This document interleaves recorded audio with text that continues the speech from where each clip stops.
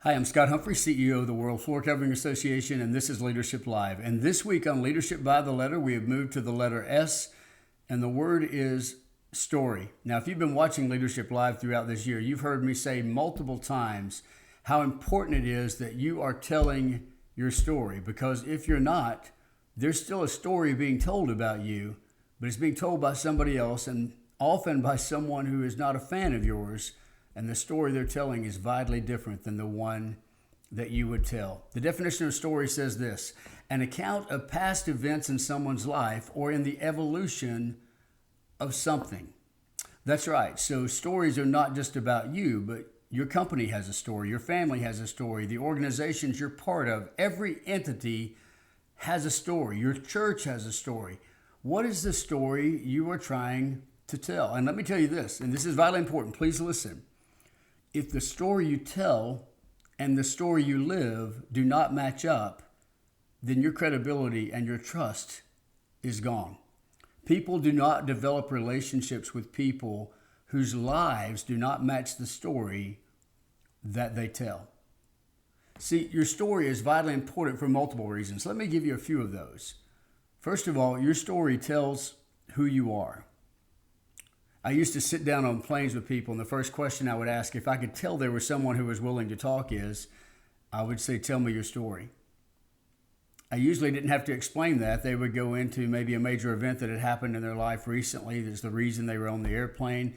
Or they might start at the beginning and share with me for hours on a flight the vital points in their life that made them who they are, because they understood that everyone has a story. Last week, I showed you a picture of the 10-foot wide trailer I grew up in. That is part of my story and part of the reason that I have it on the wall over here next to me, to remind me where I came from.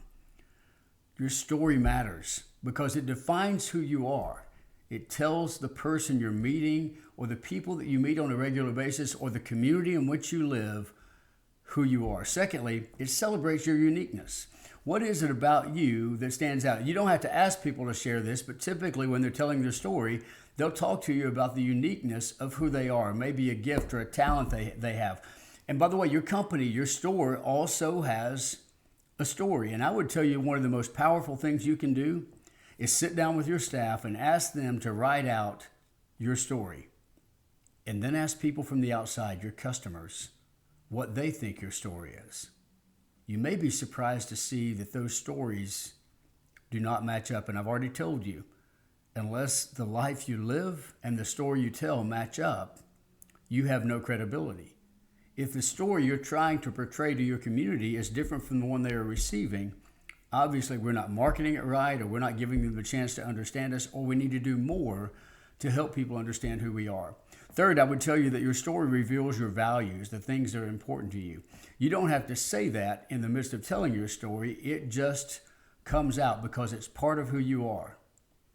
Finally, I want you to understand your story will always outlive you.